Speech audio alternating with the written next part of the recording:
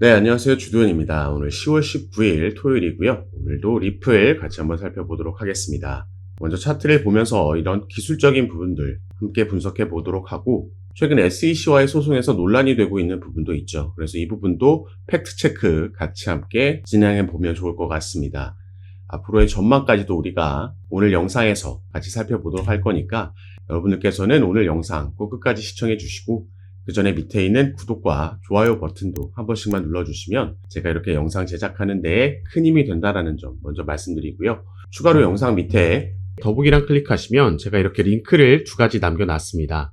현재 여러분께서 영상을 핸드폰으로 시청하고 계시다면 위에 있는 첫 번째 모바일 전용 링크 클릭하시면 되시고, 컴퓨터로 시청하고 계신 분들은 밑에 있는 PC 전용 링크를 클릭하시면 제가 운영하고 있는 무료 정보방, 무료 단체 카톡방에 입장하실 수 있으십니다.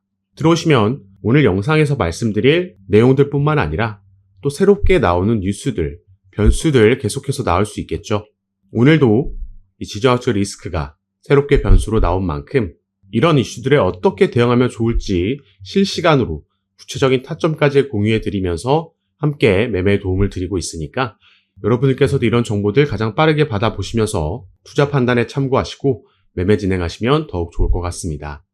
자, 그럼 다시 리플 차트로 돌아와서 기술적인 부분 보기 전에 우리가 이 기사를 먼저 기술적인 부분, 차트 관련된 부분이기 때문에 함께 보도록 하겠습니다.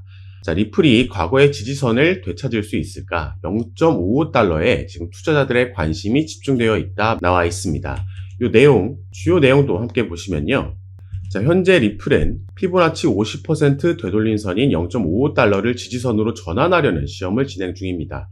여기가 전부터 중요한 라인이다 말씀을 드렸죠. 대략 우리나라 돈으로 환산했을 때 800원 정도가 된다 이렇게 생각하시면 되겠습니다. 자, 여기를 돌파하고 나서 0.59달러, 이건 피보나치 되돌림선에서 61.8%가 되는 라인인데 여기까지도 돌파하게 되면 0.6달러 돌파하고 더 큰 상승력이 나올 수 있다, 이런 분석이 나오고 있는 겁니다. 자, 그럼 우리가 이 라인이 어딘지 함께 보도록 할 건데요. 이 피보나치 되돌림선을 그을 때, 자, 최근 차트를 조금 길게 봤을 때 고점에서부터 저점까지 그으시면 됩니다. 그래서 이때 고점이 여기였죠. 그리고 저점이 이 밑에 꼬리로 있으니까 이렇게 연결을 하게 되면 여기가 이제 초록색 라인이 이 0.5, 그리고 이 위에 있는 라인이 0.618, 이게 퍼센티지를 나타내는 겁니다. 아까 나왔던 61.8%, 그리고 50%, 요 라인이라고 보시면 되겠고요. 제가 아까 0.5 라인, 달러는 0.55달러가 중요하다 말씀드렸는데 그게 바로 이 초록색 라인이라는 거죠. 그래서 결국에는 이 800원 근처까지 올라가줘서 여기 지지를 받게 되고, 또 그 위에 있는 618 라인 대략 850원 정도를 돌파해 주게 되면 우리가 더 큰 상승력을 바라볼 수 있다, 이런 기술적인 접근이 나오는 겁니다.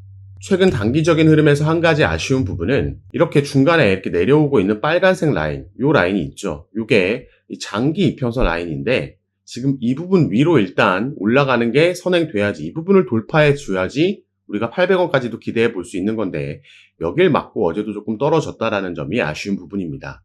다만 이때 이 초록색 단기 이평선 라인이 빨간색 장기 이평선 라인 밑으로 내려오면서 데드 크로스가 나왔는데요. 데드 크로스는 통상적으로 약세 시그널로 해석이 되지만 이 이후에 리플이 추가 하락이 나오지 않았고 지지라인 오히려 확인시켜 주면서 단단하게 만들고 반등이 나와줬기 때문에 앞으로의 전망이 나쁘지 않다라고 우리가 해석해 볼 수 있겠습니다. 자, 그리고 엊그제는요, 윗꼬리를 길게 남기고 내려왔습니다. 자, 이때 사실 종가 마감이 이 빨간색 장기 이평선 라인 위에서 해줬다면 빠른 상승력을 우리가 기대해 볼 수 있었는데 이날은 리플 소송 관련해서 기대감과 실망감이 함께 나온 날이었습니다.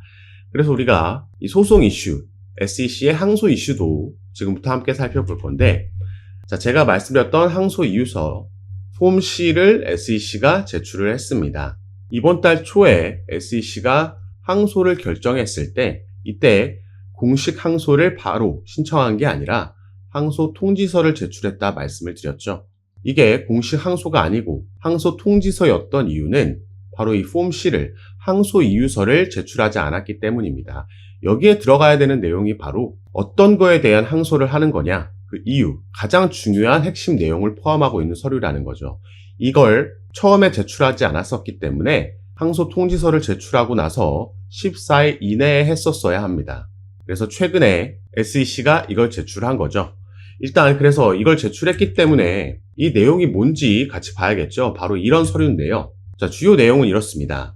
XRP의 프로그래밍 판매를 방조했다라는 혐의 첫 번째고, 두 번째는 이걸 리플과 두 번째는 브래드 갈링하우스 CEO에게도 똑같은 혐의를 적용했습니다. 세 번째로는 리플 직원들에게 분배된 XRP도 이 분배도 현행법 위반이다라고 이렇게 세 가지를 제출했다라는 거죠. 그럼 이걸 요약하면요. 이번에 항소를 진행하는 내용은 거래소에서의 XRP 판매와 그리고 이 XRP가 결제 수단으로 사용된 점을 지적하고 항소를 진행하겠다. SEC가 이렇게 제출을 한 겁니다. 그러면은 가장 중요한 XRP는 증권이냐 아니냐. 일단 작년 약식 판결에서는 2차 시장에서 판매된 건 증권이 아니다라는 법원의 판결이 나왔죠. 여기에 대한 항소는 하지 않았다라는 겁니다. 그러면은 사실상 이건 1심에서 이미 SEC가 주장했던 그들의 주장을 반복하는 꼴이 된 거고요. 때문에 지금 이거 너무 형식적인 항소가 아니냐, 이런 전문가들의 의견이 나오고 있는 겁니다. 그래서 항소 내용만으로 봤을 때도 사실 이게 1심 판결, 약식 판결을 뒤집을 만한 요소는 아니다라고 보여지는데, 자, 여기서 또 한 가지 논란이 되고 있는 게 있습니다. 바로 이 폼 C라는 서류를 제출한 그 날짜가 논란이 되고 있죠. 자, 여기 나와 있듯이 10월 2일 날 항소를 하겠다라고 했는데, 엘레너 테러 기자는 이때 제출했지만 받아들여진 게 10월 4일이다. 그래서 제출 기한이 아까 14일이라고 말씀드렸죠. 14일 내니까 이게 16일이냐 아니면 18일이냐 이런 논란도 있었는데요. 결국 지금 얘기가 확정적으로 나오고 있는 건 16일이 제출 기한이었다. 자, 그렇다라는 건 SEC가 지금 이 서류를 늦게 제출했다라는 겁니다. 그래서 늦게 제출했기 때문에 이게 기각 사유도 될 수 있지 않는 건가? 여기에 대한 의견들도 나오고 있다는 거죠. 그래서 우리가 엊그제 리플의 차트를 일봉을 봤을 때 쭉 상승했다가 결국 실망감에 이게 다시 내려와서 윗꼬리를 길게 남기고 마감을 했는데요. 먼저 올라갔던 건 SEC가 제출하지 않았다, 제출 기한을 놓쳤다, 제출을 늦게 했다, 이런 것 때문에 야, 이거 기각될 수 있겠다라면서 그 기대감에 올라가고 있다가 아니다, 이거 18일까지 제출하는 거였다, 시간 내에 제출했다, 이런 의견도 나중에 나오면서 실망감에 내려왔던 거죠. 그런데 결국 팩트를 찾아보니까 늦게 제출한 게 맞고요. 그래서 기각에 대한 가능성이 남아있다라는 겁니다. 자, 항소 법원에서 항소를 기각할 수 있는 이유는 여러 가지가 있겠지만, 일단 첫 번째로는 기한 내에 제출하지 않은 것으로 판단하면 절차적 문제로 이게 기각이 될 수 있고요. 두 번째로는 항소 법원에서 SEC의 주장이 법적 근거가 부족하다라고 판단되면 또 기각이 될 수 있습니다. 그래서 만약에 기각이 된다라고 하면 아까 우리가 살펴봤던 기술적인 부분들 이런 거 다 필요 없습니다. 그냥 급등이 나온다라고 우리가 예상해 볼 수 있는 거죠. 하지만 기각이 나오지 않는다라고 해도 이번 이 서류를 봤을 때 SEC의 항소가 이전 판결을 위협할 만큼 강력하지 않았다. XRP가 증권이 아니다라는 거에 항소한 건 아니다. 이 부분 핵심 포인트로 가져가시면 좋겠습니다. 그리고 최근에 또 리플의 CEO인 브래드 갈링하우스가 이런 인터뷰를 했죠. 자, 증시 상장, 이게 IPO입니다. 한동안 이것 관련해서도 제가 자세하게 설명을 많이 드렸었는데, 일단 이게 우선순위는 아니다라고 얘기했고요. 강력한 재정 상태가 지금 리플은 뒷받침돼 있고 SEC와 아직 소송을 벌이고 있기 때문에 이것들을 이유로 꼽았습니다. 자, 이거는 당연한 거죠. 전에도 제가 말씀드렸습니다. IPO, 이 나스닥에 상장하기 위해서는 먼저 이 소송이 해결돼야 된다. 이 부분이 서행돼야지 IPO가 가능할 거다 말씀드렸습니다. 그 이유는 IPO라는 건 여기도 나와 있지만 자본을 끌어모으기 위해서, 이걸 어떻게 끌어모으죠? 투자를 받아서 끌어모으는 겁니다. IPO에 상장하게 되면 조금 더 안정적으로 회사가 성장할 수 있기 때문에 그걸 보고 대형 기관들이, 기업들이 투자를 하게 되면서 자본을 끌어오는 건데요. 리플은 이미 지금 강력한 재정 상태를 보유하고 있다 때문에 이게 급하지 않다라고 얘기한 겁니다. 그리고 또 한 가지는 이 대형 기업들 투자를 하는 입장에서 지금 SEC와 소송을 벌이고 있다면 여기에 대한 리스크가 남아있는 거기 때문에 이 부분이 결정하는데 다소 어려움이 있을 수 있겠죠. 그래서 이게 소송이 해결돼야지 IPO가 진행될 거다 말씀을 드렸습니다. 물론 이전에 리플 같은 경우에는 IPO를 준비하는 움직임은 이전부터 가져갔습니다. 이런 대규모 투자 기업들을 상대로 비공개 미팅을 가졌었고요. 또 공식 홈페이지에서도 이걸 준비할 수 있는 포지션을 공고로서 뽑는다라고 올라온 적도 있죠. 그래서 우리가 조금 더 긍정적으로 생각해 보자면 만약에 다음 달에 미 대선에서 트럼프가 당선이 되게 되면요. 트럼프는 자기가 당선된 첫날, 임기 첫날 SEC 위원장을 교체하겠다라고 발언했습니다. 자, 게리 갠슬러가 교체가 되게 되고 지금 하마평에 나오고 있는 그 다음 SEC 위원장은 로빈후드에서 근무했던 암호화폐 관련 기업에서 근무했던 인물이 거론이 되고 있습니다. 트럼프는 잘 알려진 암호화폐 지지자고요. 본인이 직접 그래서 암호화폐 프로젝트도 진행 중입니다. 여기에 SEC 위원장도 암호화폐 기업 출신으로 만약에 꾸려지게 되면 암호화폐 기업들의 유리한 쪽으로 새로운 정책들이 나올 거라고 볼 수 있겠고요. SEC 위원장이 교체되면 이 소송도 SEC 자체에서 취하할 수 있다라는 확률이 있는 겁니다. 자, 그렇게 되면 소송이 마무리가 빠르게 될 수도 있겠죠. 그럼 IPO도 당연히 순차적으로 진행이 될 거다. 이렇게 우리가 희망 회로를 돌려보면 기대해 볼 수 있는 부분입니다. 사실 이 부분이 아니더라도 리플 같은 경우에는 이제 스테이블 코인도 출시를 앞두고 있죠. 이미 총 발행량의 99%가 민팅이 됐고 규제 기관의 승인만 기다리고 있는 상황입니다. 그리고 또 최근 발표했던 이 수탁 서비스, 커스터디 서비스도 미래의 가장 큰 먹거리로 리플에게 호재로 작용할 거다 말씀을 드렸습니다.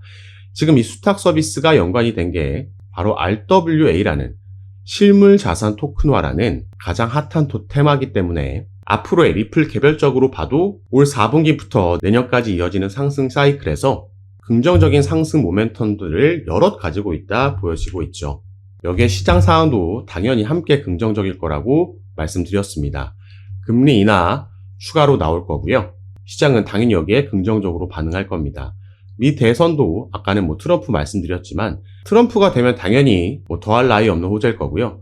해리스가 된다라고 해도 지금의 어쨌든 바이든 행정부보다는 긍정적으로 시장이 받아들이겠죠. 해리스도 최근 암호화폐를 지지하는 발언, 그 스탠스를 보여줬기 때문에 비트코인이 반등하는 데에 영향을 줬던 이슈기도 합니다. 그리고 대선이라는 이벤트 자체가 항상 호재로 작용했었습니다. 대선이 있던 해의 4분기에는 항상 시장이 상승 마감했다라는 점이 팩트죠.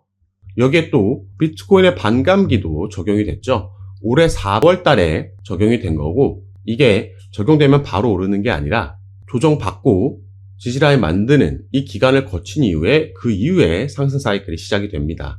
우리가 이전 반감기들 2016년과 2020년도를 역사적인 반복된 사이클을 봤을 때 올해 4분기에 이 상승력이 시작될 거다. 이게 내년까지 이어질 거다 보여지고 있습니다. 그리고 중국에서의 경기 부양책도 우리가 글로벌적인 유동성 측면에서 긍정적으로 기대해 볼 수 있는 부분이고요. 중국이 경기 부양책을 들고 나올 때마다 비트코인이 상승했다라는 점도 리플이 가지고 있는 개별적인 상승 모멘텀에 이런 것들이 시너지가 더해지면서 영상 처음에 말씀드렸던 이런 기술적인 부분들 충분히 이 저항 라인들을 뚫고 올라가질 수 있겠다 보여주고 있습니다. 때문에 새로운 변수, 이슈들이 나온다라고 해도 절대 일희일비하실 필요가 없고요. 우리는 이런 차트를 보면서 또 소식들을 접하면서 거기에 맞게 관망해야 될 때는 관망하고 또 매수 타이밍이 왔을 때는 놓치지 않고 신규든 추가든 그런 타점을 잘 잡으면서 들어가야지 조금 더 안전하게 추후 수익률을 늘릴 수 있는 방법이 되겠습니다. 그래서 이런 부분은 제가 아까도 말씀드렸듯이 영상 밑에 더보기란 클릭하시면 제가 이렇게 링크를 2가지 남겨놨습니다. 현재 영상을 핸드폰으로 시청하고 계신 분들은 위에 있는 모바일 전용 링크, 컴퓨터로 시청하고 계신 분들은 밑에 있는 PC 전용 링크 클릭하시면 제가 운영하고 있는 무료 정보방, 무료 카톡방에 입장하실 수 있습니다. 들어오시면 새롭게 나오는 뉴스들, 변수들 공유해 드리면서 우린 여기에 어떻게 대응하면 좋을지 구체적인 타점까지 공유해 드리면서 함께 매매를 진행하고 도움 드리고 있는 방이니까 여러분들께서도 들어오셔서 이런 정보들 실시간으로 받아보시고 투자 판단에 참고하시면 더욱 좋을 것 같습니다. 이런 종목들은 비트코인이나 이더리움, 리플과 같이 시가총액이 큰 종목들과는 분명히 다른 접근법으로 빠르게 대응해야 된다는 거 꼭 참고해 주시고 올 4분기부터 내년까지 이어지는 코인 시장의 강세장에서 우리가 대응 잘하면 크게 수익 볼 수 있는 그 기회, 사이클이 돌아온 거니까요. 저와 함께 조금 더 안전하게 알맞게 대응하시면서 꼭 큰 수익 얻어가시는 시간으로 함께 만드셨으면 좋겠습니다. 자, 그럼 오늘 영상도 끝까지 시청해 주셔서 너무 감사드리고 저는 다시 카톡방에서 여러분들 대응 도와드리고 상담 도와드리면서 찾아뵙도록 하겠습니다. 감사합니다.